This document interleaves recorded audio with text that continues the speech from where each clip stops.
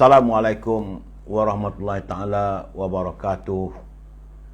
Salam bahagia, salam pertemuan. Apa khabar saudara Mustafa Ilyas, teman-teman yang berkesempatan bersama dengan saya pada malam ini.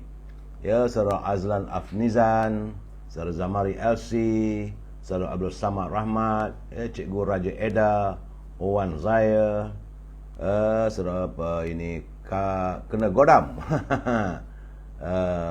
saudara Syahril Nasrin, salam perpaduan, saudara Muhammad Adam, saudara Fazil Yub, saudara Limah Yaakob, saudara Samsul Anwar, itu juga Madam K, Joka, Lobai Zamri, Adi Warna, Rosli Misyah, Ibrahim Cik Muda, Wasarudin, ya saudara, saudara Abdul Samad Abdul Rahman, saudara Nisa Yusof, Rosli Le, Abdul Hakim, saudara Aimin, saudara Kamal Awang, saudara Yusuf Majid.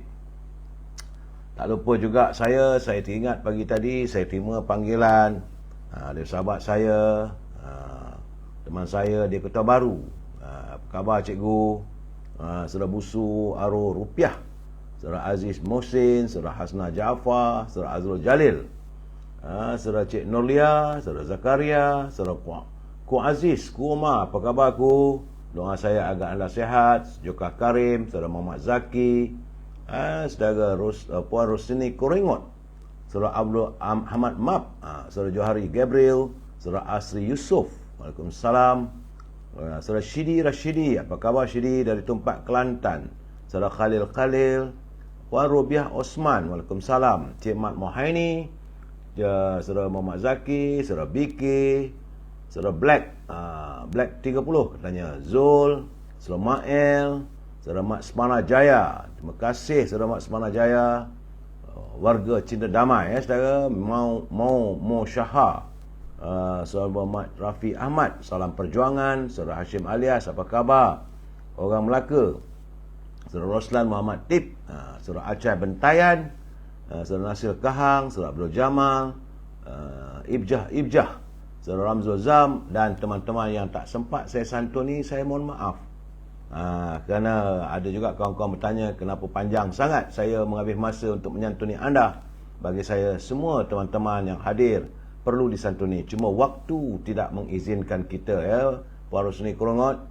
Baik saudara, seperti biasa permulaan bicara saya, tentulah saya harus melaporkan tentang kedudukan negara kita berhubung dengan jangkitan COVID-19.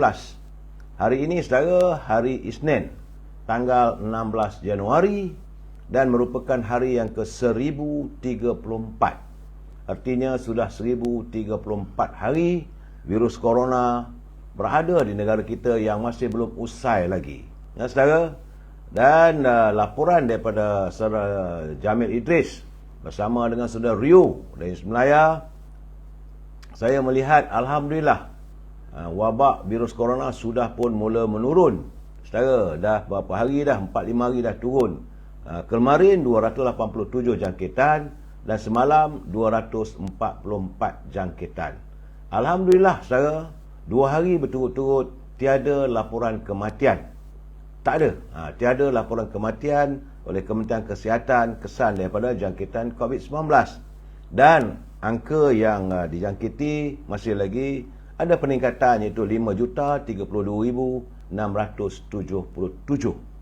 Bagaimanapun, dari laporan daripada saudara kita, saudara Jamil Idris dan saudara Rio, terima kasih saudara Jamil, saudara Rio, setiap hari menghantar kiriman kepada saya bahawa terdapat peningkatan di 4 buah negeri dan susut di 10 buah negeri, sementara Kedah dan Melaka, iaitu Kedah 10 jangkitan dan Melaka 17 jangkitan tidak berubah bagaimana hari kemarin.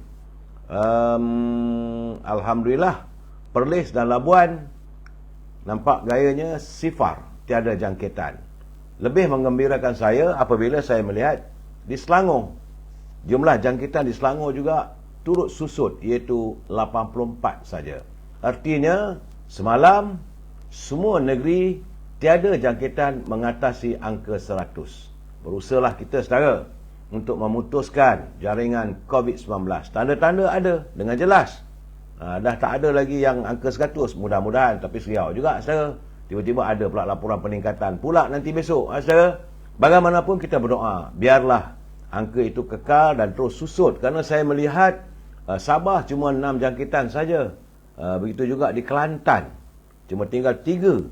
Saudara, di Perak 15, di Negeri Sembilan yang selalu menjadi kekhawatiran saya, cuma 7 jangkitan, Terengganu 2, dan di Putrajaya 8 jangkitan saja. 2 negeri lagi, Labuan dah 2 hari berturut-turut tiada jangkitan. Di Perlis juga Sifar tiada jangkitan. Mudah-mudahan, saudara. Jadi caranya, saudara, kalau anda berada dalam tempat yang ada perkumpulan ramai warga, ramai kawan-kawan dan sebagainya, pastikan kita melakukan penjarakan sosial. Agak jauh sikit.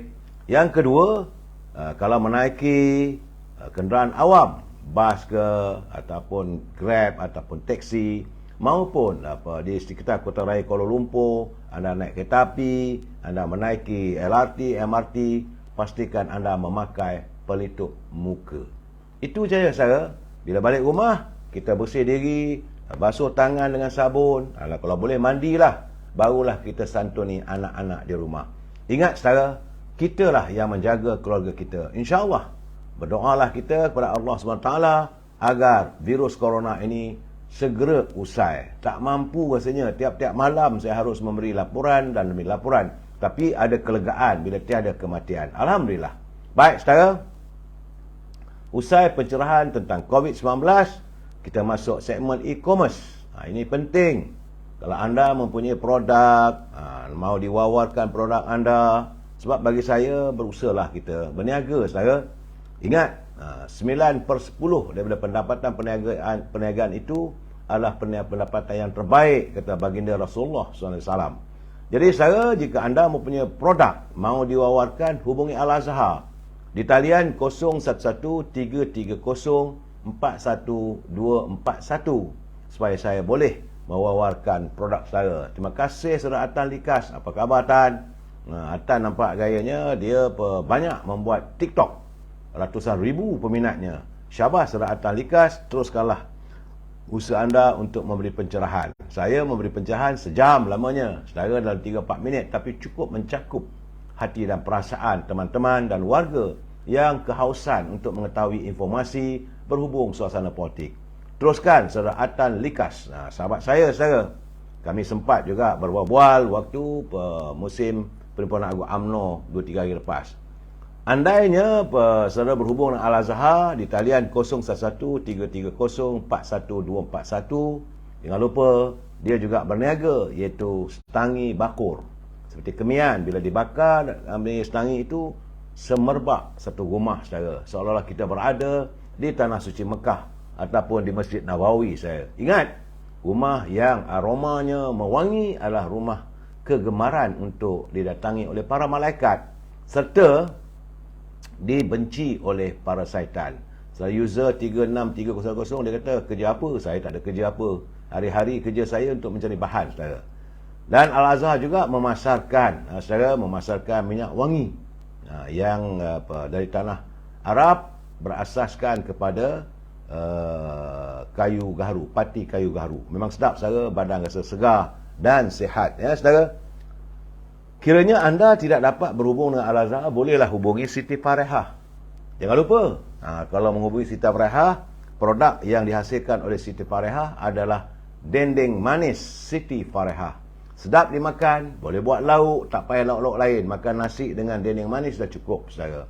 Kalau kita buat porridge ataupun kanji, lagi sedap. Malahan kalau diletakkan atas roti, kita makan bersama dengan roti, lebih sedap daripada burger. Itu, saudara, dendeng manis Siti Farehah. Bagi teman-teman Siti Farehah, boleh anda hubungi di talian 017-711-4300. Bagi teman-teman yang tinggal di Lembah Kelang, yang mau buah-buahan sampai ke rumah anda, grade AAA, manis, saudara, kiwi, cherry, anggur dan sebagainya, hubungi Syauqi di talian 012-357-5703. Harga lebih murah daripada harga pasar dan buah-buah tersebut terus dihantar ke rumah anda. Cuma janganlah pesan sebiji apple perlu hantar ke rumah, saudara. Berat juga, ya. Begitu juga makanan kegemaran saya, popiah sira Lady Maria. Memang sedap saudara. Asyik makannya ya saudara. Pedas, rangup, manis dan mengasyikkan. Harga pun murah. Cuma saya tak boleh nak ceritakan berapa harganya. Sebab itu perjanjian saya dengan pemilik laman-laman yang ada. Nak sebut nama laman pun dah tak boleh dah sekarang, saudara. Dan anda boleh hubungi saudara Nizam di talian 019 435 1203. Saudara tenaga warisan Habib Zial Yahya, Zazir Buhari, Al-Jufri Idris, Abu Bakar, saudara Pak Lang, Ega Fira, Adian Shah, penghibur katanya, Fauziah Muhammad Yunus. Terima kasih hantar bintang pada saya.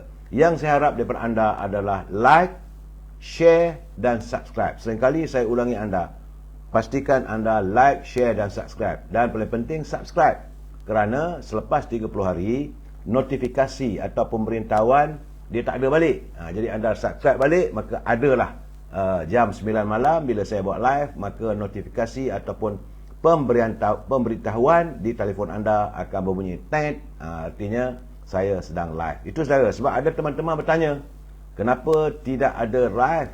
Tak bagi tahu. Saya bukan tak bagi tahu. Pastikan anda like, share dan subscribe.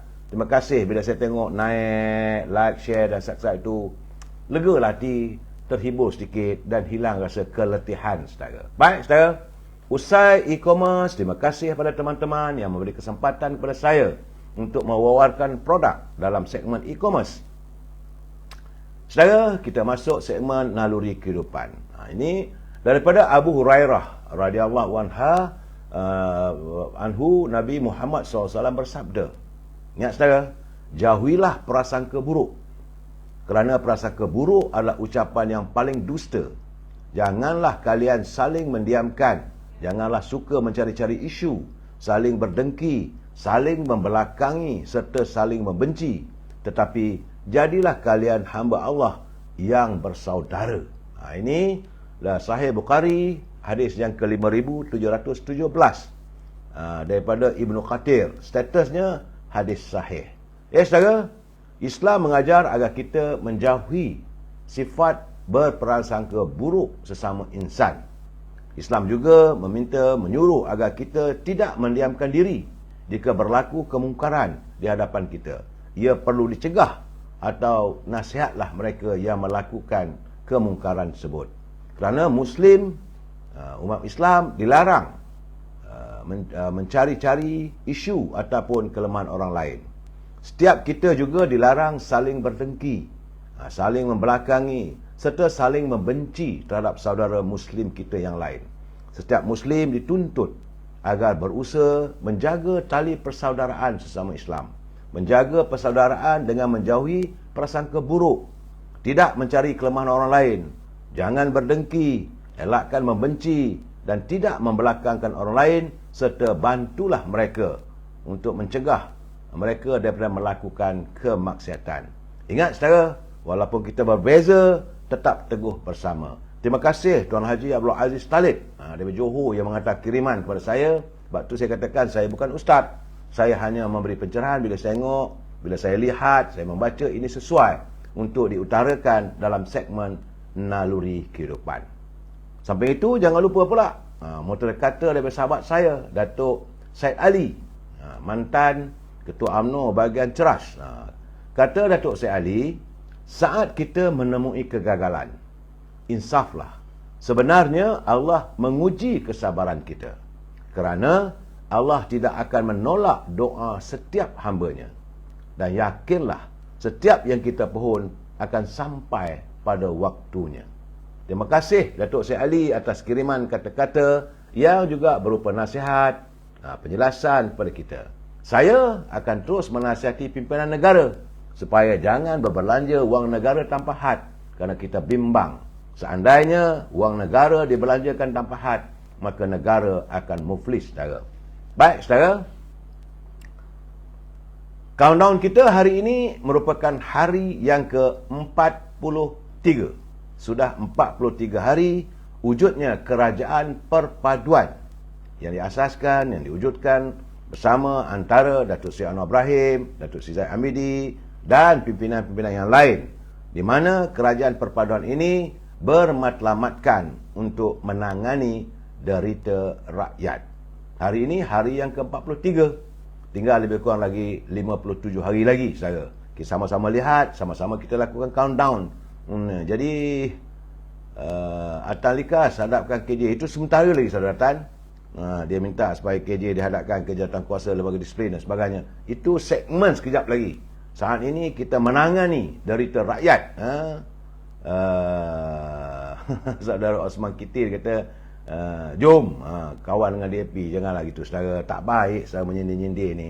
Baik saudara, sebelum saya memberi pencerahan tentang apa yang saya maksudkan dengan derita rakyat, permasalahan menuju 100 hari kerajaan perpaduan untuk menangani derita rakyat, kita santun dulu pantun Pak Nazir. Terima kasih Pak Nazir, tenang-tenangkan fikiran anda. Lega-legakan, kita dengar dulu pantun Pak Nazir. Sebab pantun Pak Nazir ini penuh dengan nasihat, kiasan dan sebagainya. Terhiburlah sedikit saudara. Saya ucapkan terima kasih kepada Pak Nazir kerana saban hari menghantar kiriman pantunnya kepada saya. Kata Pak Nazir, ikan ketuka mengena joran, ketika dilihat belum pun mati. Orang suka menyanggah kebenaran sudah terpahat di dalam hati. Jadi artinya, kalau orang tu suka menyanggah kebenaran, artinya hatinya macam-macam dah mati. Sebab semua dah terpahat dalam hati dia. Semua tak betul. Itu pandangan Pak Nazir. Terima kasih Pak Nazir. Benar yang kata Pak Nazir tu. Tambahnya lagi, Kak Midah membuat wajib, ditambah gula untuk dijaja. Tahu sudah perlakuannya jijik, jangan pula disanjung puja. Inilah sekarang ni masalah, kadang-kadang kita tahu orang tu tindakannya, perlakuannya jijik, tapi masih mahu disanjung dan dipuja. Terpulang kepada anda, saya ucapkan terima kasih kepada Pak Nazir atas peringatan tersebut. Dan saya harus mengingatkan anda bahawa mereka yang menyunting semula, sebab hari ini saya nampak ada banyak, malahan yang dulu-dulu pun ada keluar balik saudara. Dalam pelbagai segmen, mereka yang menyunting semula live saya ini, saya ingin mengingatkan semua itu adalah tanggungjawab anda. Saya tidak bertanggungjawab sama sekali atas sebarang bentuk suntingan yang anda kirimkan dalam pelbagai media sosial maupun tulisan-tulisan anda. Saya harap janganlah kita menggunakan bahasa-bahasa yang tak baik yang bertentangan dengan syarat-syarat yang ditetapkan oleh Kementerian Komunikasi dan Digital, saudara. Saudara apa ni? Saudara SK Laut menunggang kuda sambil memanah. Apa lagi? Mungkin pantun ke? Okey, saudara. Dan ingat saudara, ini adalah pencerahan politik. Terus terang saya katakan, petang-petang pukul 3.30, pukul 3.30 itu pencerahan lain. Itu segmen kita mengenang macam masa silam, kita bercerita tentang permasalahan, tapi bukan politik. Tapi malam 9.30 malam ini, memang setiap malam saya buka gelanggang ini bermatlamatkan untuk memberi pencerahan politik. Matlamatnya lain tak ada saudara, adalah supaya warga kita sentiasa berinformasi. Tak lebih dari itu. Andainya jika ada saya punya tambahan ataupun saya punya ulasan, saya harap kita berpegang pada prinsip kita mesti bersetuju untuk tidak bersetuju. We must agree to disagree. Kalau anda tak setuju, anda nak hantar kiriman pada saya, boleh, tak ada masalah. Harapan saya, jangan gunakan bahasa-bahasa yang tidak baik. Begitu juga kalau anda bergaduh ke ataupun bertukar-tukar fikiran bersama teman-teman di halaman buku muka ini saudara, jangan gunakan bahasa yang tak baik, gunakanlah bahasa yang harmonis, kerana kita adalah warga cinta damai. Kita mahu setiap pencerahan itu, setiap perbahasan itu menggunakan bahasa yang baik. Kita adalah warga bangsa yang harmonis. Saudara, Saudara Nasir Razak tanya sikit, dia kata macam mana nak explain akar umbi. Seperti saya, seperti rasanya tak penting dalam UMNO sebab macam dinafikan. Saudara Nasir Razak, jangan fikirkan anda tidak penting. Dalam sesebuah organisasi, semua orang penting, saudara. Itu. Jadi, mungkin anda merasakan anda tidak memegang apa jawatan, tak perlu. Saya sendiri tidak memegang apa-apa jawatan di peringkat bahagian ataupun di cawangan. Cuma saya menjadi pengurusi tetap veteran UMNO Malaysia, itu saja, tak lebih. Ataupun ketua perangan veteran, orang veteran saja menasihati teman-teman veteran UMNO wilayah persekutuan. Jadi saudara, tak penting, kita jangan merasakan diri kita tak penting. Setiap warga UMNO adalah penting untuk menjelaskan. Dan kalau saudara dengar saya punya pencerahan, ambillah ini sebahagian daripada pencerahan untuk disampaikan. Itu saudara. Saudara suk laut atau saka laut. Saka laut itu gambarnya. Hidup kita jangan memfitnah bila berkuasa. Sentiasa aman, agar sentiasa amanah agar hidup di dalam rahmah. Betul saudara, saka laut. Baik saudara, selepas saya memberi peringatan, ingat saudara, kita mesti bersetuju untuk tidak bersetuju. We must agree to disagree saudara. Tak lebih daripada itu. Hari ini sebagaimana saya katakan, hari yang ke-42 menangani derita rakyat oleh Kerajaan Perpaduan.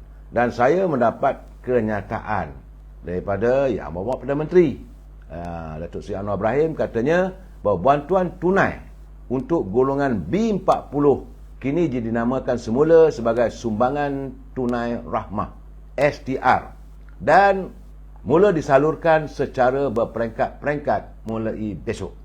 InsyaAllah. Tengoklah dalam akaun anda, mungkin dah masuk ke belum. Dia tak bolehlah serentak saudara. Ada 8 berapa juta, 87 juta rakyat yang layak menerima bantuan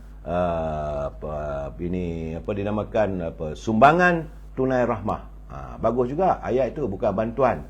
Ini merupakan sumbangan kerajaan berbentuk tunai untuk rahmah rakyat. Menurut Datuk Seri Anwar Ibrahim, program bantuan tunai yang dinamakan sebagai Bantuan Keluarga Malaysia BKM pada pentadbiran lalu akan terus ditambah baik dengan memutuskan supaya STR, saudara, sumbangan tunai rahmat fasa 1 untuk golongan B40 diawalkan pada bulan Januari berbanding perancangannya pada bulan Mac, semata-mata untuk meringankan beban dan sara hidup rakyat. Artinya, menangani derita rakyat sudah pun bermula dilakukan. Cuma saya katakan tunggu bulan Februari seusai bajet dibentangkan. Kerana Yang Amat Seri Anwar Ibrahim pun tak boleh berbelanja wang negara tanpa mendapat keputusan Parlimen.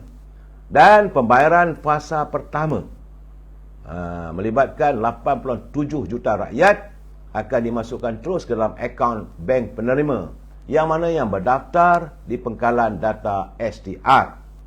Saudara, penerima yang tinggal di kawasan pedalaman termasuk di Sabah dan Sarawak, sama ada mereka memiliki akaun bank ataupun tidak, akan tetap menerima bantuan itu mulai esok. Ini janji Yang Amat Perdana Menteri. Kerajaan Perpaduan menekankan pendekatan rahmah dalam membela nasib rakyat yang susah, terutama golongan rentan dan mudah terjejas. Selaras dengan itu, kerajaan telah memperkenalkan konsep payung rahmah sebagai induk kepada inisiatif-inisiatif membantu golongan yang kurang berkemampuan dalam mendepani cabaran kos sara hidup hari ini. Kenyataan itu menjelaskan penerima yang tidak ada akaun bank boleh mendapat bantuan tunai di mana-mana cawangan Bank Simpanan Nasional.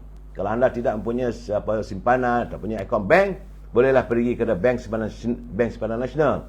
Bagaimanapun, lakukanlah semakan dulu berhubungan status pembayaran yang akan dimulai pada 17 Januari. Artinya besok saudara, untuk mendapat maklumat lanjut, dan boleh dirujuk pada soalan lazim FAQ di portal rasmi STR melalui pautan https://22bantuantunai.hasil.gov.my. Yang saudara, saya ulangi lagi, https //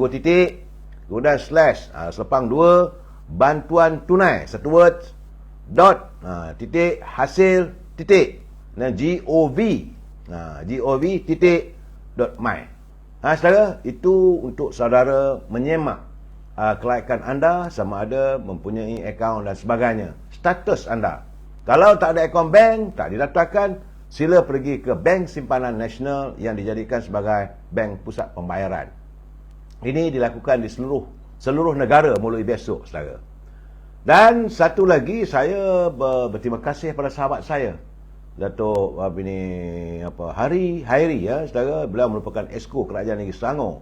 Apabila saudara Kelangan Johor, apabila Perbadanan Usahawan Johor Sdn Bhd kini sudah pun membuka permohonan bantuan geran perniagaan yang boleh dipinjam sehingga RM10,000 menerusi Geran Usahawan Bangsa Johor mulai jam 10 malam ini. Ya, antara kluster yang layak memohon ialah pembuatan dan pemprosesan makanan dan minuman, termasuk perniagaan perkhidmatan, catering, penjaja, peniaga kecil dan peniaga kedai kopi jalanan, itu barista. Begitu juga merangkumi pendidikan, bidang perkhidmatan yang berkaitan seperti pusat asuhan dan tadika, layak untuk mendapat geran daripada Kerajaan Negeri Johor. Ini untuk Negeri Johor saya, bukan negeri lain. Percetakan, otomotif merangkumi bidang perkhidmatan kenderaan bermotor seperti bengkel motosikal ataupun bengkel kereta, perkhidmatan pengurusan acara, event management. Permohonan dibuka sehingga 6 Februari, Isnin jam 5 petang kepada usahawan yang berminat dan mahu membuat permohonan. Saya mendoakan agar anda semua berjaya dan saya ucapkan terima kasih pada sahabat saya Esko Kerajaan Negeri Johor, Saudara Hairi, yang begitu peka dan begitu prihatin tentang kehidupan rakyat, terutama di negeri Johor yang mahukan injeksi ataupun suntikan kewangan. Dia katanya bahawa Geran Usahawan Bangsa Johor 2023 telah pun dibuka, di mana diperuntukkan setiap seorang boleh mendapat sehingga RM10,000, sama ada nak mulakan perniagaan ataupun untuk meneruskan perniagaan dan sebagainya. Alhamdulillah, dua perkara dah ini nampaknya saya katakan kerajaan mahu menangani derita rakyat. Bagaimanapun, saya juga perlu menjelaskan kenyataan yang berhormat Menteri Sumber Manusia. Ini berhubung tentang kenyataan berhubung kemasukan lebih sekitar 500,000 pekerja warga asing bagi sektor yang tidak diminati oleh warga tempatan. Ini kerana menurut Menteri Sumber Manusia V. Sivakumar, kerajaan terpaksa membuka kerana bidang-bidang pekerjaan itu memang tidak diminati oleh pekerja tempatan. Sama ada macam contohnya bidang ladang, sama ada kerja kelapa sawit ke, ataupun getah, ataupun kerja kontrak. Saudara nak panjat sampai 40 tingkat, 5 tingkat dan sebagainya. Ini bidang-bidang yang tidak diminati dan sukar untuk mencari pekerja. Sebab itu banyak sektor yang mahu melaksanakan pemulihan ekonomi, mereka mengalami masalah untuk mendapatkan pekerja. Demikian menurut Menteri Sumber Manusia. Cuma saya nasihatkan agar warga tempatan, bagi kita sekarang rebutlah apa saja kerja yang kosong, supaya tak adalah dijadikan alasan oleh Menteri Sumber Manusia untuk membawa masuk pekerja-pekerja dari luar. Cuma saya rasakan, pandangan saya secara peribadi, tak perlu kita bawa masuk, kerana yang sedia ada ini perlu diputihkan. Pemutihan perlu dilakukan. Jadi kita tahu sebenarnya berapa ramai mereka pekerja-pekerja asing yang datang ke negara kita ini yang boleh diputihkan ataupun sudah tamat tempoh boleh dipulangkan balik ke negeri masing-masing. Tak perlu kita mewawarkan nak bawa masuk lagi. Nanti rakyat akan merasakan bawa masuk pekerja asing masyuk. Ada agensi-agensinya. Ini yang tidak elok. Bagi saya, kenapa tidak dijalankan skim pemutihan mereka yang masih bekerja ataupun bersembunyi, takut diburu oleh pegawai immigration dan sebagainya. Biarkan diadakan skim pemutihan mereka, dan wang pun tidak banyak dikeluarkan. Kalau nak bawa 500,000 saudara, kalau satu orang berbelanja 10,000, dah berapa ratus juta tu pekerja. Kesian mereka. Saya mengharapkan agar Kementerian Sumber Manusia dapat memikirkan semula kelulusan ataupun permintaan. Benar, tidak dinafikan bahawa kilang-kilang, sektor perdagangan memerlukan buruh-buruh untuk berkhidmat di tempat-tempat perusahaan mereka. Tetapi kenapa tidak diambil daripada mereka yang masih belum berdaftar, yang berkeliaran? Saudara, saya rasa begitulah pandangan saya, saudara. Sebab saya melihat juga, hari ini saya membaca terkesan, kerana harian Metro melaporkan kesan daripada harga getah yang tidak stabil. Sejak akhir-akhir ini memberi kesan terhadap kehidupan para penoreh yang terpaksa hidup ibaratkan kais pagi, makan pagi, kais petang, makan petang, saudara.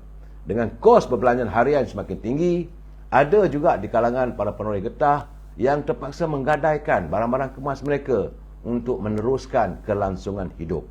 Salah seorangnya saya baca dalam Harian Metro, penorehnya itu Sarimah Ismail, berusia 58 tahun. Dia kata kehidupan keluarga mereka bertambah susah sejak berlakunya kenaikan harga barang sehingga ada yang sampai ke tahap bergolek bergadai.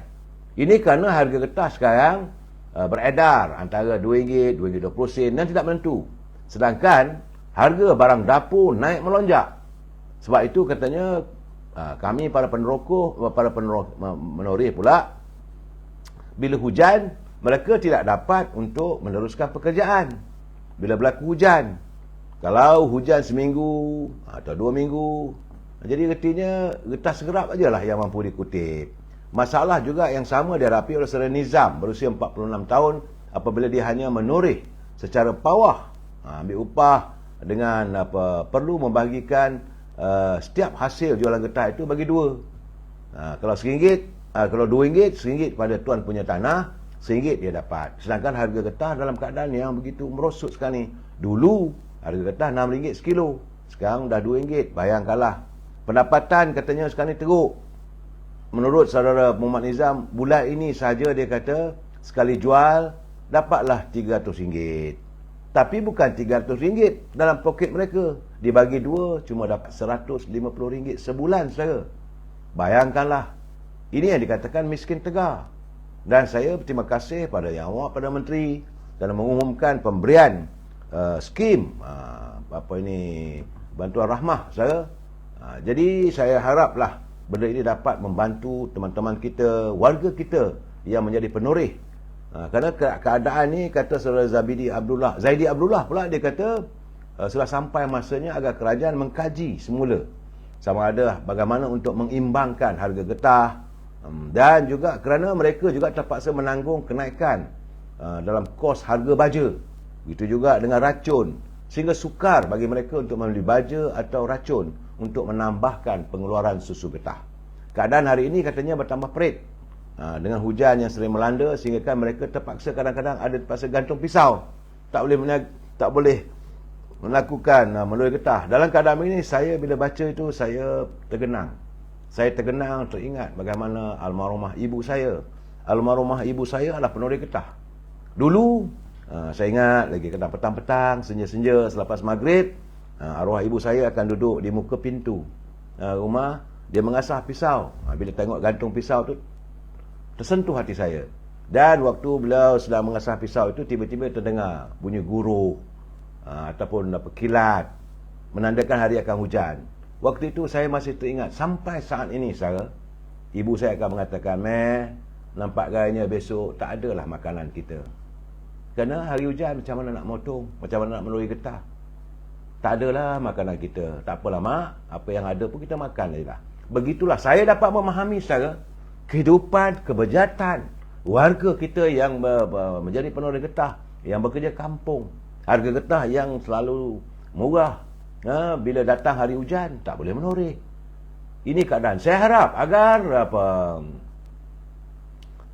Saudara Faizal, sekejap lagi Saudara Faizal, dia minta pencerahan tentang penjualan K2SP. Ya. Sekarang ni bila saya mendengar kenyataan yang saya baca dalam Harian Metro itu, tersentuh hati saya, dan saya terbayangkan berapa sukarnya almarhumah ibu saya menanggung anak seramai 5 orang. Bila dengar bunyi guruh di langit, lain tak ada menafas selanya, berdoalah pada Allah SWT agar ada rezeki kita nak. Kalau tidak, nampak agaknya hari nak hujan tu, besok tak adalah makanan kita. Kerana waktu itu saya ingat, bila dengar tadi kutip segerap untuk jual, memang pun kita akan kumpul segerap itu pada hari itu dan dijemur. Selepas dijemur baru dia dijual di kedai. Satu kati, waktu itu pakai kati, kedai kati, satu kati segerap, saudara, harganya 30 sen. Kalau dapat 3 kati segerap, dia tak ada berbagi dengan tuan tanah.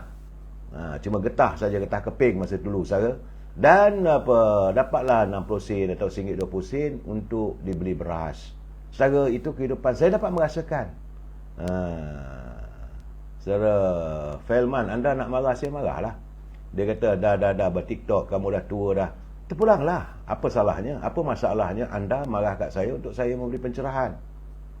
Saudara mengundang saya untuk berdialog dengan anda, saudara. Saudara Filman. Berjiwa besarlah saudara kalau kita bagi pencerahan. Anda tak mampu buat pencerahan, diamlah. Saya tak akan buang anda daripada, tak akan delete anda daripada halaman saya. Cuma saya kata kalau anda nak buat, buatlah. Apa masalahnya tiba-tiba anda kata dah tua, siang ber-TikTok, malam pula buat pencerahan? Apa masalahnya? Saya kata siang-siang saya menceritakan apa yang mengenang nostalgia masa silam dan cerita masalah rakyat. Itu keadaannya saudara. Kadang-kadang anak-anak muda ni, mereka mudah untuk mengeluarkan kata-kata yang kadang-kadang mereka tidak tahu bahawa ada kata-kata itu menyinggung hati dan perasaan. Kita yang tua-tua begini ni mudah tersinggung bila ada keadaan anak-anak yang begini. Saya tidak maulah untuk mengatakan ini adalah apa yang dibentuk oleh keluarganya. Tak mahu saya bukan orangnya begitu saudara. Tapi saya mengharapkan teman-teman yang merasakan pencerahan saya ini okey-okeylah, kita mesti bersetuju atau tidak bersetuju. Itu saja saudara. Anda tidak menggunakan nama anda. Mungkinkah anda ditaja oleh orang lain? Akan menimbulkan banyak persepsi. Baik saudara, malas saya nak layan benda begitu. Buat apa saudara? Cuma saya mengimbau tentang kehidupan warga yang menjadi penerima getah. Apakah ini salah? Apakah tak boleh saya bercakap? Sebab saya melihat bagaimana kenyataan saudara Zaidi Abdullah yang saya baca daripada harian Metro. Dia berusia 48 tahun. Tentulah ada anak yang masih bersekolah. Ada keluarga yang perlu dipelihara. Katanya, sekarang ni sukar kehidupan.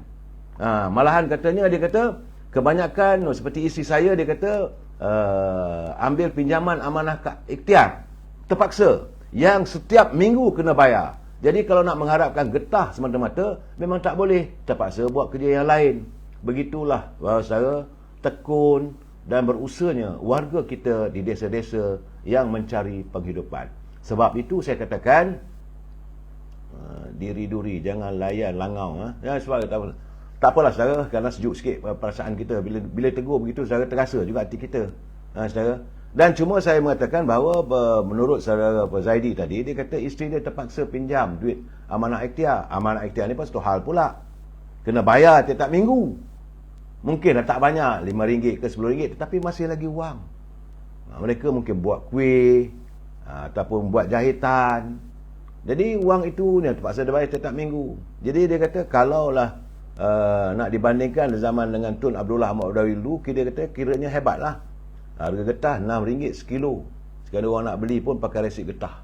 Sekarang ni apa pun dah tak laku katanya. Bersabarlah saudara Zaidi, warga saudara yang menjadi penerima getah. Dan saya nak pesan pada anak-anak yang punya pekerjaan, andainya ibu bapa anda masih berada di kampung ataupun di desa menjadi penerima getah, ingatlah mereka. Jika ada lebihan wang, hantarlah. Insaflah bahawa mereka juga menantikan kiriman daripada anda untuk meneruskan kehidupan mereka, saudara. Berbaktilah kepada kedua ibu dan bapa kita, saudara. Baik. Saya ada teman saya bertanya, minta saya memberi penjelasan tentang pencampuran berhubung dengan KWSP. Sebab sekarang ni ada satu kumpulan kumpulan wang simpanan pekerja yang mahu meminta. Mereka telah pun menghantar memorandum ke pejabat yang mahu pada menteri. Siang tadi meminta untuk yang mahu pada menteri Datuk Seri Anwar Ibrahim mempertimbangkan itu satu lagi skim pengeluaran awal KWSP. Kalau lebih punya wang yang banyak, biarlah sampai ke RM30,000. Kerana menurut wakil pihak pencarum, itu Presiden Pertubuhan Aktivis Rakyat Malaysia Pro Rakyat, Saudara Khairul Anwar Osman, dia kata pengeluaran awal diperlukan sebagai penyelesaian jangka pendek bagi mereka yang terjejas strok akibat pandemik COVID-19. Memang saudara, sampai sekarang lagi kita masih terasa lagi kesan daripada rakyat dikurung, tak boleh buat bekerja. Kalau saya ulangi lagi perkara itu, datang lagi marah, orang kata saya benci Pak Tasimuddin. Tidak begitu saudara, tapi itulah apabila berlakunya COVID-19 dan rakyat dikurung, tak boleh keluar, ekonomi merudum sama sekali. Dan sampai sekarang ni ada kalangan pencarum katanya masih tidak mempunyai pekerjaan dan mereka mempunyai tunggakan pinjam bank yang perlu diselesaikan. Tidak kurang juga yang hilang pekerjaan ketika pelaksanaan Perintah Kawalan Pergerakan PKP 2 tahun lalu. Saudara, 2 tahun dulu masih lagi sekarang ni. Saudara Yen Sulaiman terpulang, anda tak boring? Okey, tak ada masalah. Saya bukan menghalau anda. Anda nak dengar cerita apa? Takkan saya nak cerita seks pula? Takkan saya nak cerita hiburan? Ini masalah orang kita. Saya menceritakan apa berlaku. Orang tengah bergelut dengan EPF. Anda pula rasa boring. Apalah masalah anda ni? Pulanglah, saudara. Jadi katanya pengeluaran KWSP terbukti akan menggalakkan proses pemulihan ekonomi. Ini tuntutan mereka supaya, ini bagi saya sebab saya dah menyuarakan 2 minggu lalu. Terima kasih Saudara Mael, walaupun merayan, biarlah. Jadi saya dah menyatakan 2 minggu lalu supaya pimpinan negara dapat memikirkan kepada mereka yang masih mempunyai simpanan lebih daripada 50,000 dalam tabungan kumpulan wang simpanan pekerja, maka kenapa tidak diizinkan mereka mengeluarkan sekurang-kurangnya 10% ke? Kalau 10%, kalau 50,000 bolehlah keluar 5,000. 5,000 sedegap tu saudara, tentulah besar dalam saat-saat rakyat begitu terhimpit dalam kehidupan yang sebegini. Saudara, di samping itu, kalau mereka ada juga yang punya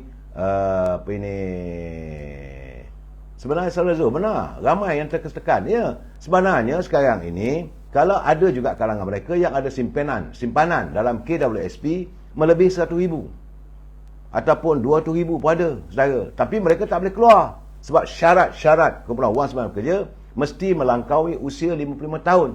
Dalam keadaan begini, apa kata kalau dipikirkan agar mereka diizinkan untuk mengeluarkan simpanan mereka dalam saat-saat begini supaya mereka dapat meneruskan kehidupan, barulah dapat sampai usia 55 tahun. Kalau tidak nanti wang tak ada, makan pun dah tak ada, hidup dirundung dengan kemurungan, akhirnya apa jadi? Tak sempat nak rasa duit dia ada 200,000, 300,000 dalam kumpulan wang simpanan pekerja yang simpanan mereka. Yang dapat rasa mungkinlah balu-balu mereka atau anak-anak mereka. Kasihanilah begitu, saudara. Saya harap, cuma saya dengar tadi kenyataan yang Muhammad Perdana Menteri sewaktu beliau di Perlis, sebagai menjawab pada permintaan tersebut, dia kata kerajaan akan memikirkan cara bagaimana. Fikirlah, tak ada masalah. Rakyat nak tunggu bagaimana caranya. Sebab dalam keadaan sekarang ni, saudara, saya melihat sumber pendapatan tak ada. Itu permasalahannya. Kalau ada sumber pendapatan, ada pekerjaan, tak ada masalah. Ramai, saudara, bukan jumlahnya sedikit, jutaan. Sebab itu saya melihat kegiatan ekonomi juga masih seolah tidak bergerak. Itu keadaannya. Bila ekonomi tidak bergerak, macam mana kita nak melihat? Kerana pelabur belum masuk lagi. Dan semua menanti, menunggu. Sekadar memberi bantuan tidak menyelesaikan masalah. Jadi kenapa tidak? Mereka mempunyai simpanan, izinkan mereka mengeluarkan simpanan mereka. Saya kata PM 10 before semasa nak raya. Saya tak tahulah, saudara, sama ada sebelum raya ke atau lepas raya dan sebagainya. Tetapi yang saya tekankan saat ini, apa artinya nak simpan duit sampai raya kalau sekarang dia nak cari makanan pun susah. Saya dah beritahu, saudara, ramai teman-teman saya yang dulu duduk bersidai dekat coffee house dah tak mampu.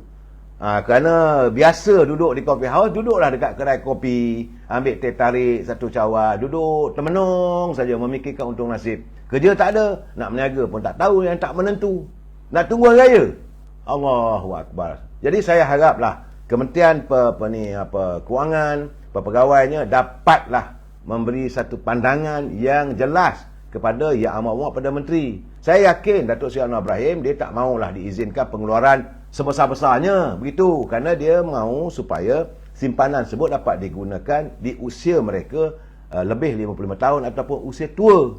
Cuma kalau tak cukup wang untuk hidup sampai ke usia mereka usia tua, itu je cerita dia. Saudara Idris Rahmat dia kata pau dah habis, mungkin saham boleh naik. Wallahu a'lam bisawab. Saya tak tahu lagi, saya belum melihat kedudukan di bursa saham hari ini. Hari ini sepanjang hari saya melihat macam-macam cerita nak menyantuni teman-teman kita yang meminta supaya adanya pengeluaran daripada kumpulan wang simpanan pekerja. Dan saya harus menyuarakan, saya harus bersetuju dengan mereka yang menghantar memorandum kepada pimpinan Yang Amat Datuk Seri Anwar Ibrahim. Walaupun beliau telah menjelaskan sewaktu berada di Perlis, beliau mengatakan bahawa kumpulan wang simpanan pekerja ini untuk hari tua. Benar, Datuk Seri. Pak Syekh, benar. Dia orang ni simpanan itu akhir tua, tapi saat ini mereka memerlukan. Takut betul saudara, takut untuk esok lusa pun tak sempat. Kena ingat, orang yang berada dalam kemurungan boleh melakukan macam-macam. Orang yang berada dalam kemurungan boleh diserang sakit jantung. Saya ingat lagi saudara, tiba-tiba je kawan saya 2 hari lepas saya bercakap dengan dia dapat tahu dah innalillahi rajiun. Saudara jangan lupa ini. Sebab apa? Tekanan. Tengok anak-anak ke sekolah, balik rumah nak makan, barang makan, isteri pula bertanya itu dan ini. Akhirnya mengakibatkan rumah tangga yang berantakan. Rumah tangga yang satu ketika dahulu cukup bahagia. Kerana mereka yang punya simpanan lebih 100,000, 200,000 itu, tentulah dulu mereka hidup bahagia. Punya pekerjaan, gaji mahal, tapi dah tak ada kerja. Jawab menongkat dagu lah duduk di kedai kopi. Itu keadaannya. Ya, saudara Rush Dodson dia kata, okey kita tunggu berapa yang PM nak bagi, kerana rakyat tengah susah sekarang. Semua naik. Kalau PM bagi 100 ringgit, baik, tak payah bagi katanya. Ya saudara, saya setuju. RM1 bagi budak-budak sekolah pun dapat RM150 saudara. Ini jangan buat joke lah. Ini Kementerian Kewangan. Ini hidup kehidupan rakyat saudara. Saudara Firdaus akaun dia bermasalah lagi ditekan bank. Lebih baik cuti haram. Ya saudara Firdaus, benar banyak. Sekarang ini pula kerana kenaikan OPR. Ini juga perlu saya santuni. OPR sekarang ni meningkat. Dan tentulah faedah bank juga meningkat dan bayar bulanan pun meningkat. Dalam keadaan ini rakyat semakin terkesan. Sebab itu dirasakan pengeluaran simpanan yang mereka ada izinkanlah. Bukan nak pecah tabung saudara. Bukan nak dikeluarkan semua daripada kumpulan wang simpan pekerja. Tidak. Berilah 10% ataupun 20% untuk menampung agar mereka dapat menerus menyambung kehidupan mereka. Lain tak ada saudara. Itu keadaan saya. Sebab saya tengok ini berita baru lagi menyampah. Saya tengok seorang pengurusi sebuah koperasi di Kedah telah pun diraman kerana katanya melakukan pemalsuan insentif pembayaran projek penternakan lembu tenusu, membabitkan nilai 20.3 juta pada tahun 2015. Ini satu hal saudara. Bab EPF kita tunggu kemumuan daripada Datuk Seri Anwar Ibrahim, kita santun pula. Kerana terdapat perintah reman seorang lelaki bermula hari ini terhadap lelaki berusia 50 tahun yang dikeluarkan oleh Magistrat Muhammad Zulhilmi Latif selepas membenarkan permohonan Suruhanjaya Pencegah Rasuah Malaysia. Jadi menurut semua lelaki itu ditahan di pejabat SPRM Kedah pada jam 3 petang semalam. Berikutan maklumat terdapat beberapa syarikat dipercayai bersubahat mengemukakan tuntutan palsu berkaitan insentif pembayaran projek berkenaan saudara. Projek penternakan lembu tenusu ini di bawah kluster Tenusu Entry Point Project EPP 13 dalam Economy Transformation Plan ETP saudara. Jadi ringgit Malaysia 20.3 juta ini adalah nilai keseluruhan projek, manakala nilai keseluruhan tuntutan dibuat kepada Jabatan Perkhidmatan Veterinaria itu masih dalam proses semakan dan siasatan. Ini saudara, dalam keadaan ini kita kecewa. Orang yang bertanggungjawab untuk menjaga wang, mereka buat pula tuntutan palsu. Saudara? Apa nak jadi saudara? Tak tahu negara kita. Baik saudara, itulah kedudukan EPF, kedudukan harga barangan, kehidupan para peneroih, cuaca masih lagi tak ada masalah je. Saudara Berada Aziz, Forensic Audit atau RCI je KWSP lagi baik sebab payah sangat nak bantu ahli-ahli KWSP. Perlu juga. Ini juga perlu. Sebab menurut kenyataan Tasimuddin, dia kata antara Naratabila itu termasuk KWSP. Apakah pengeluaran itu benar-benar tuntas dan sebagainya? Tak tahulah saya, saudara. Baik, saudara. Saya selain itu, ini kita masuk bab politik. Ya, saudara, orang tak suka dengar, tak apalah. Saya perlu menjelaskan bahawa Barisan Nasional telah pun mencabar kemenangan Presiden PAS Tan Sri Haji Awang di Marang serta keputusan di 2 lagi parlimen di Terengganu. Ini dengan memukakan petition untuk membatalkan keputusan PRU 15 di Marang, Kemaman dan Kuala Terengganu.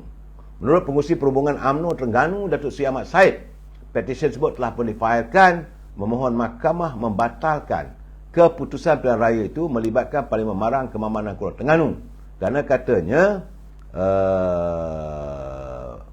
berlakunya pengagihan wang secara berleluasa di ketiga-tiga kawasan tersebut. Katanya pengagihan wang itu berlaku di 8 parlimen di Terengganu.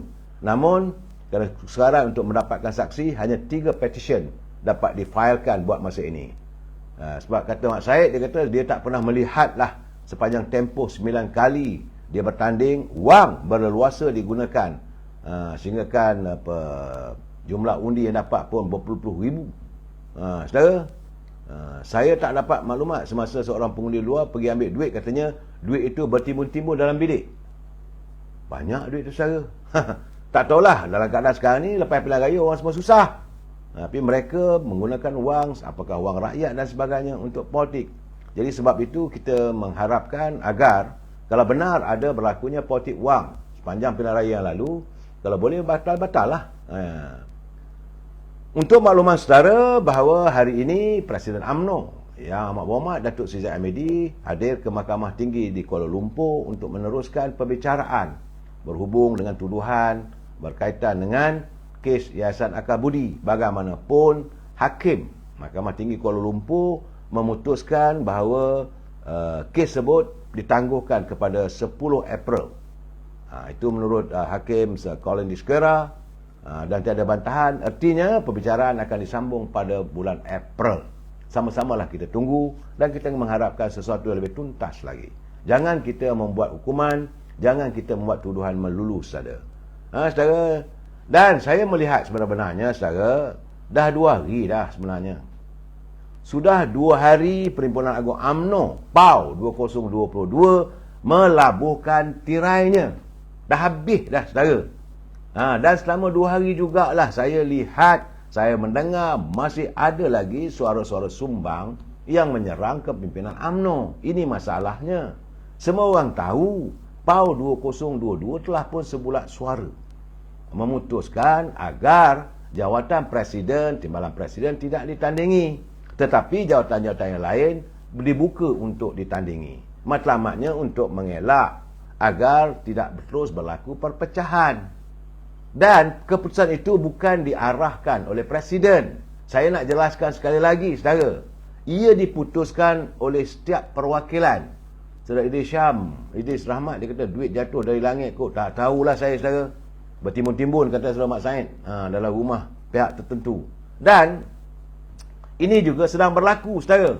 Ini juga sedang berlaku sepanjang musim UMNO bersidang. Mereka berusaha supaya perwakilan tidak bercakap ataupun tidak meminta agar jawatan nombor 1 nombor 2 ini tidak dipertandingkan, kerana mereka memasang orang-orang tertentu untuk bertanding. Jadi saya mengatakan perhimpunan ini 140 ketua bahagian dah bersetuju, berdiri teguh dalam kepimpinan Presiden dan Timbalan Presiden Datuk Zahid Hamidi.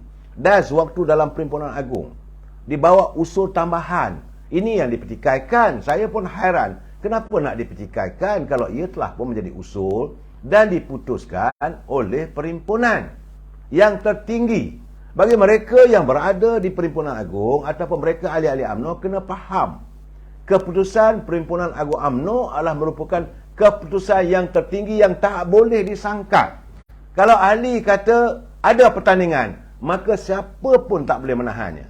Tapi apabila perwakilan memutuskan tidak ada pertandingan, siapa pun tak boleh mencabarnya. Bawa ke mahkamah mana pun. Kena faham. Saya heran masih lagi ada perwakilan mengatakan tidak ada demokrasi. Bila pengurusi tetap mengemukakan usul tersebut untuk diputuskan, itulah demokrasi. Siapa bersetuju, angkat tangan, berdiri. Yang tak bersetuju, nyatakan. Jadi bila suara memilih lebih ramai daripada yang tak bersetuju, dipilihlah yang bersetuju ramai supaya tidak ada pertandingan, maka itulah proses demokrasi. Saya tidak faham bagaimana mereka cuba menafikan. Saya tahu sayang hari ini abah kau pun dah balik dari London ni. Saya nampak tengok dalam gambar, dalam Facebook, dalam media sosial saya. Dalam media sosial dah ada pun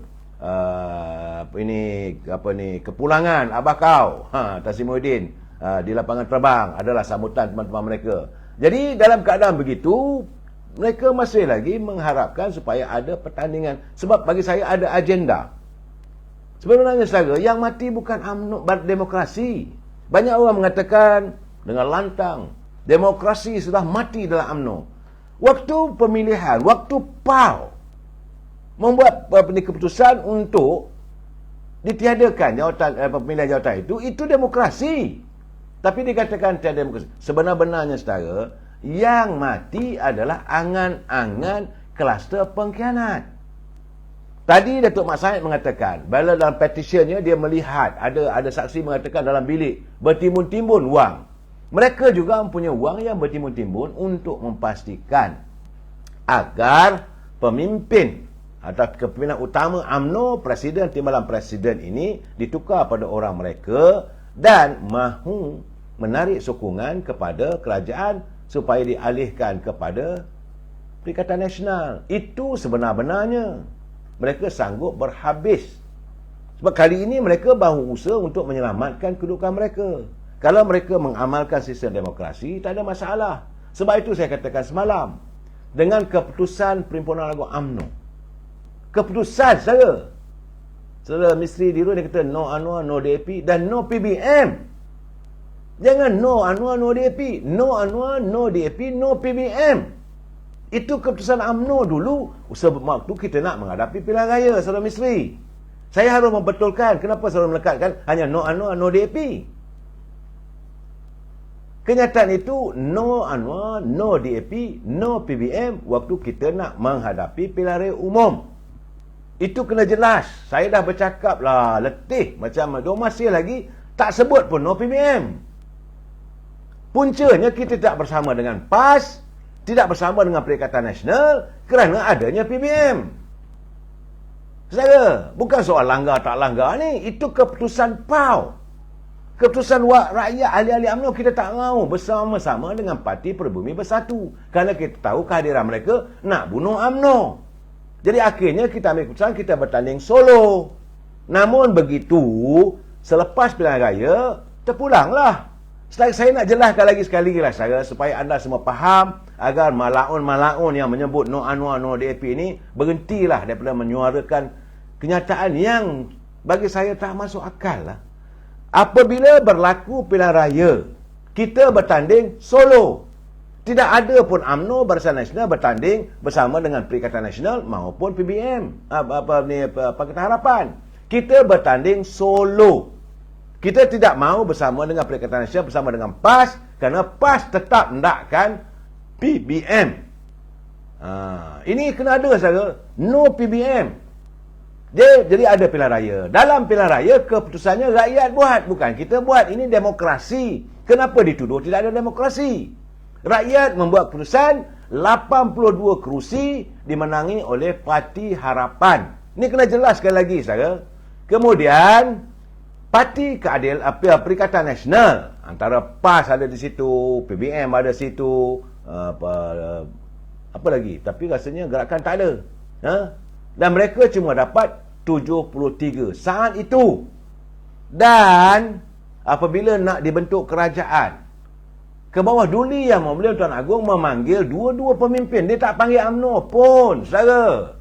Tak ada cerita UMNO ni tak timbul. Kita kata okey, kita kekal sebagai pembangkang. Seandainya kerajaan dibentuk antara Pakatan Harapan dan Perikatan Nasional. Ini kena jelas, saudara. Tetapi Perikatan Nasional tak setuju untuk membentuk. Apakah kerajaan boleh dibentuk? Sebab itu bila UMNO disarankan oleh ke bawah Duli Tuan Agong, dia kata eloklah ditubuhkan kerajaan antara UMNO dengan Pakatan Harapan. 82 kursi campur dengan 30. Jadi 112. Marginal cukup untuk membentuk kerajaan. Itulah puncanya. Saudara, bukannya kita terhege-hege, tidak. Apabila dijemput dan apabila keputusan itu dibuat, bukan seorang buat. Saudara, kenapalah anda menuduh bahawa ini keputusan Zahid Hamidi? Tak betul. Dua-dua parti dijumpa. Bila Datuk Seri Zahid Hamidi bersama dengan Majlis Tinggi UMNO bertemu dengan dua pemimpin, jumpa dengan Perikatan Nasional, berjumpa juga dengan Pakatan Harapan. Bukan tak ada pertemuan, ada pertemuan. UMNO meletakkan syarat. Kalau nak bersama, kita mahu jaminan. Pertama sekali, hak keistimewaan orang Melayu dipertahankan. Hak agama Islam ini dipertahankan. Hak raja-raja Melayu dipertahankan. Hak bahasa Melayu dipertahankan. Sebagaimana yang terdapat dalam perlembagaan. Pimpinan Perikatan Nasional kata mereka sedia untuk mempertimbangkan. Timbang aja saudara, timbang kati rayaknya. Kemudian diadakan pertemuan dengan Pakatan Harapan, Datuk Seri Anwar Ibrahim. Minta juga perkara yang 4 itu.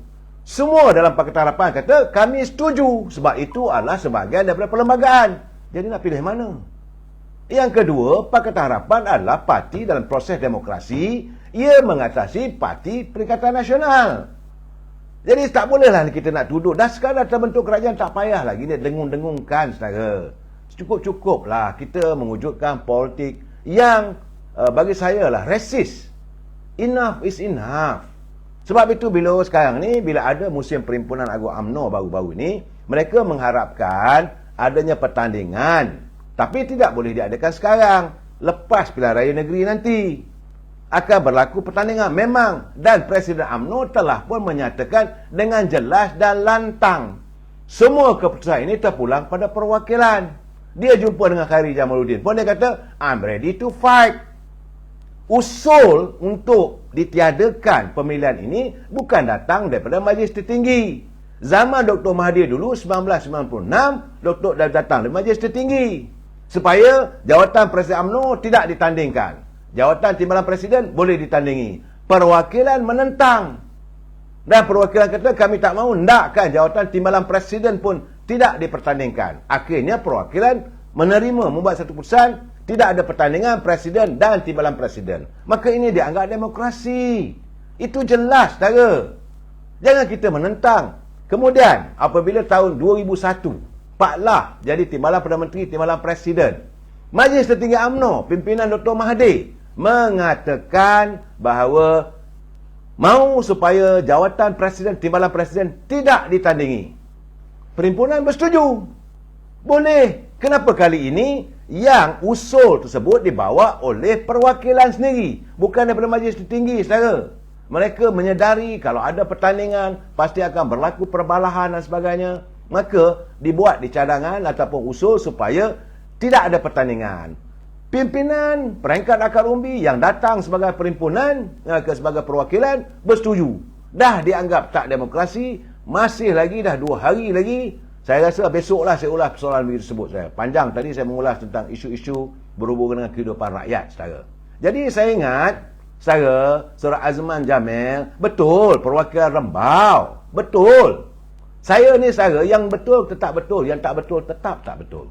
Bagi saya harus memberi pencerahan supaya kita jangan ada gangguan dalam mental kita. Fikiran kita kena senang. Saudara tak payahlah nak layan. Saudara Ahmad Yusri. Kadang-kadang saya bersimpati pada mereka yang melontarkan kenyataan yang tak betul. Sebab itu saya kata pencerahan saya ini supaya orang faham. Saya tak peduli sama ada presiden nak marah pun marahlah. Jadi kalau sekarang ni GIO 3-3 dia kata kalau bertanding confirm Khairi menang. Datang dari mana nak menangnya, saudara? Macam mana kata kalau bertanding Khairi boleh menang, sedangkan usul ini pun dah ditolak oleh perwakilan. Kalau bertanding kalah pun tak selesai masalah juga, saudara. Kalau bertanding tiba-tiba kalah, apakah mereka akan terima? Sedangkan pemilihan perwakilan yang datang semalam 2 hari lepas itu jelas semua. Ada yang bangun, ada yang tak bangun, ada yang setuju, ada yang tak setuju. Tetapi jumlah yang tidak mahu diadakan pemilihan lebih ramai, 90%. Sepatutnya bukalah dengan dada terbuka. Dan jawatan boleh bertanding, bertandinglah naik presiden. Kalau nak bertanding, silakan kalau boleh menang. Saudara geng, dia kata saja dia mendapat saya marah. Tak apalah saudara, sebelum saya marah, kita jumpa lagi malam besok. Wabillahi taufiq wal hidayah. Assalamualaikum warahmatullahi wabarakatuh. Selamat malam.